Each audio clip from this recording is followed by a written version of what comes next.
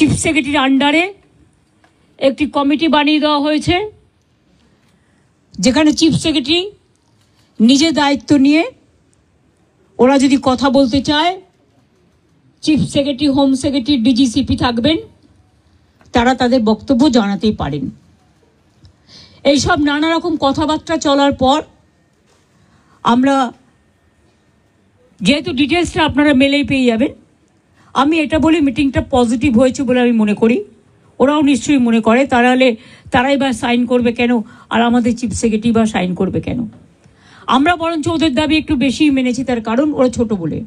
এবং আমি লাস্ট যেটা বলেছি, যে তোমাদের কাছে আমার আবেদন থাকবে যে তোমরা, আমি জানি তোমরা বলবে আমরা ফিরে গিয়ে জীবিতে আলোচনা করব, সেটা হতেই পারে। তোমাদের মধ্যে অনেকগুলো গ্রুপ আছে, অনেকগুলো মেডিকেল কলেজ আছে, হসপিটাল আছে, ঠিক আছে, তোমরা ফিরে গিয়ে আলোচনা করো, কিন্তু যেটা এখানে মিনিটসে সাইন করেছি আমরা দুপক্ষ, এরপর তোমরা কাজে যোগদান করো মানুষের স্বার্থে। চারিদিকে বন্যা হচ্ছে, আমার কাছে খবর আছে হুগলিতে খানাকুলে 35 জন মানুষ ট্র্যাপড হয়ে আছে। তাদের আগে বেরোতে বলা হয়েছিল, তারা বেরোতে পারেনি, কিন্তু জল হঠাৎ করে ছেড়ে দিয়েছে ডিবিসি, পাঞ্চেত এবং তেনুঘাট। মিটিং শেষ হওয়ার পরেও আমি হেমন্ত সোরেনের সাথে 3 বার কথা বলেছি, তাকে আমি বারবার রিকোয়েস্ট করেছি, কিন্তু আমি জানি না তারা কি করবে, কারণ ইতিমধ্যে যা জল ছেড়েছেন তাতে বীরভূম, বর্ধমান, বাঁকুড়া, হাওড়া, হুগলি, নর্থ 24 পরগনা, সাউথ 24 পরগনা অনেকটাই এফেক্টেড হয়েছে। হাওড়া, আমি নিজে যে বাড়ি আদিগঙ্গার সামনে থাকি, আমি দেখতে গিয়েছিলাম কি অবস্থা জলের। আমি এতটা জল আসতে কোনোদিনও দেখিনি, কারণ আমাদের গোলাটা হচ্ছে সবচেয়ে উঁচু, আমাদের এই জায়গাটা। আমরা সিঁড়ি বানিয়ে দিয়েছিলাম, প্রায় 14-15টা সিঁড়ি ছিল, একদম পুরো ভরাট হতে আর 5টা সিঁড়ি মাত্র বাকি আছে। এরপর যদি আবার জল ওরা রাত্রে ছেড়ে দেয় বারণ করা সত্ত্বেও, তাহলে কিন্তু বন্যাকে আটকানো যাবে না। ওরা বলছে তাহলে আমাদের এখানে বন্যা হবে।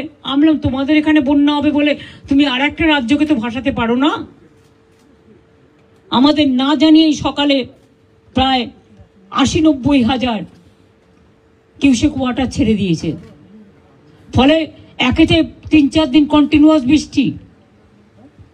এমনিতেই গঙ্গাগুলো, আমাদের নদীগুলো ওভারফ্লো, ড্যামগুলো ওভারফ্লো ছিল, তার মধ্যে এই জলে আস্তে আস্তে কাল সকালে বিকেলে পৌঁছবে।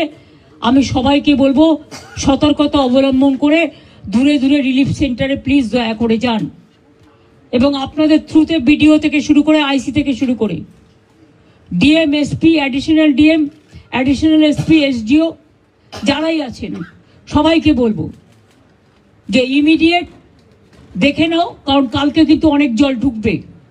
এই জলের ওপর যদি আবার জল আসে, আমার এমনিতেই চিন্তা আছে 35 জনকে কি করে উদ্ধার করব আমরা।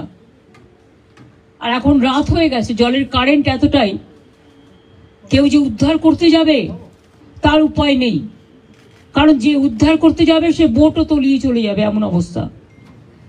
তো ওখানে আমরা এনডিআরএফ টিম পাঠাচ্ছি সকালে, এবং এসডিআরএফ টিমটাও আমরা পাঠাচ্ছি সাউথ 24 পরগনায়। সুতরাং আমরা প্রত্যেকে অ্যালার্ট আছি। বিভিন্ন জেলার নেতৃবৃন্দের সাথেও আমার কথা হয়েছে, সিএস নিজে মনিটরিং করছেন 24x7, এবং তিনি নিজেও ডিএমদের সাথে বারবার করে আজকে 2-3 বার ভার্চুয়াল করেছেন। উনি অলরেডি আমাদের 24x7 মনিটরিং চলছে, টাইম টু টাইম কি অবস্থা। এবং মানুষকে আবার আবেদন করছি, প্লিজ দয়া করে জল আর আগুন এই দুটো জিনিস নিয়ে আমাদের মনে রাখতে হবে, যে কোনো মুহূর্তে জল ঢুকে যেতে পারে। দোতলা বাড়ি হলেও যদি একতলা ভেসে যায়, তাহলে দোতলা ভাসতে কতক্ষণ নেবে?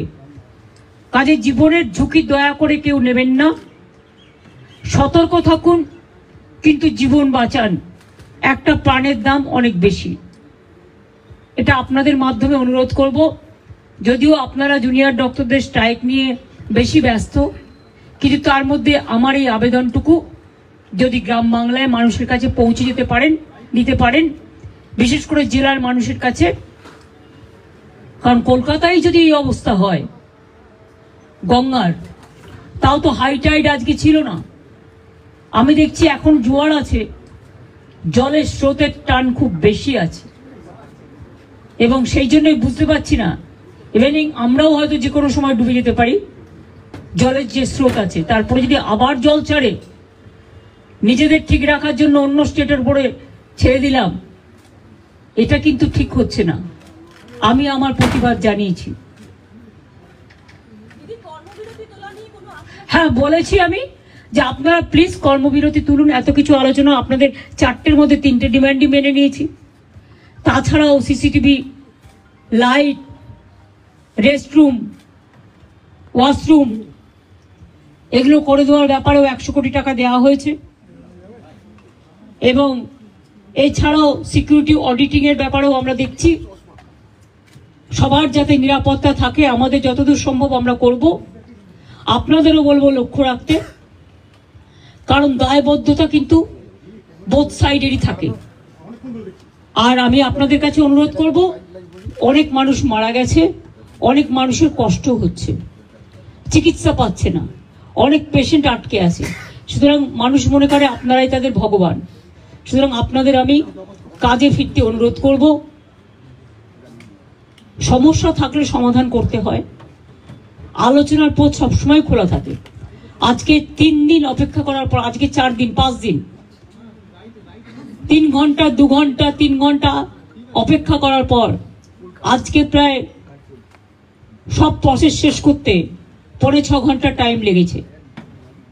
আমাদের দিক থেকে যা যা করার ছিল আমরা চেষ্টা করেছি, বাংলার মানুষ যাতে ভুল না বোঝেন, বাংলার মানুষের দিকে তাকিয়ে। এবং এটা নিয়ে আবার যেন কেউ অপপ্রচার দয়া করে করবেন না। বাংলায় দুর্গাপুজো আসছে, এটা আমার আবেদন আপনাদের কাছে। এটা আমাদের মিটিংয়ে আলোচনা হয়নি, আমি করিনি, এটা আমার পক্ষ থেকে বন্যাটা এবং ফ্লাডের ব্যাপারটা আমি বলেছি, এই পরিস্থিতি। সুতরাং ম্যালেরিয়া বাড়বে, ডেঙ্গু বাড়বে, জলজনিত রোগগুলো বাড়বে। আপনাদের খুব প্রয়োজন এখন, আপনারা হাসপাতালে ফিরে যান। আমি এটুকু বলতে পারি, কারো বিরুদ্ধে কোনো শাস্তিমূলক ব্যবস্থা নেওয়া হবে না। लिया तो गया, कोशिश किया है जूनियर डॉक्टर का बात सुनने के लिए, लेकिन हमारा पुलिस भी बहुत सारे काम करते हैं। अगर काम करते करते किसी को 2 मिनट देर हो जाता है, कोई काम पे अगर थोड़ा गलती हो जाता है, तो उसको लेके अगर किसी को गुस्सा है तो गुस्सा निभाने के लिए, गुस्सा निपटाने के लिए हमने कोशिश किया। हेल्थ डिपार्टमेंट, पुलिस डिपार्टमेंट में जो जस्टिस उन्होंने मांगा, हमें कोशिश किया। हमारा पुलिस जो सीपी को हम चेंज करने का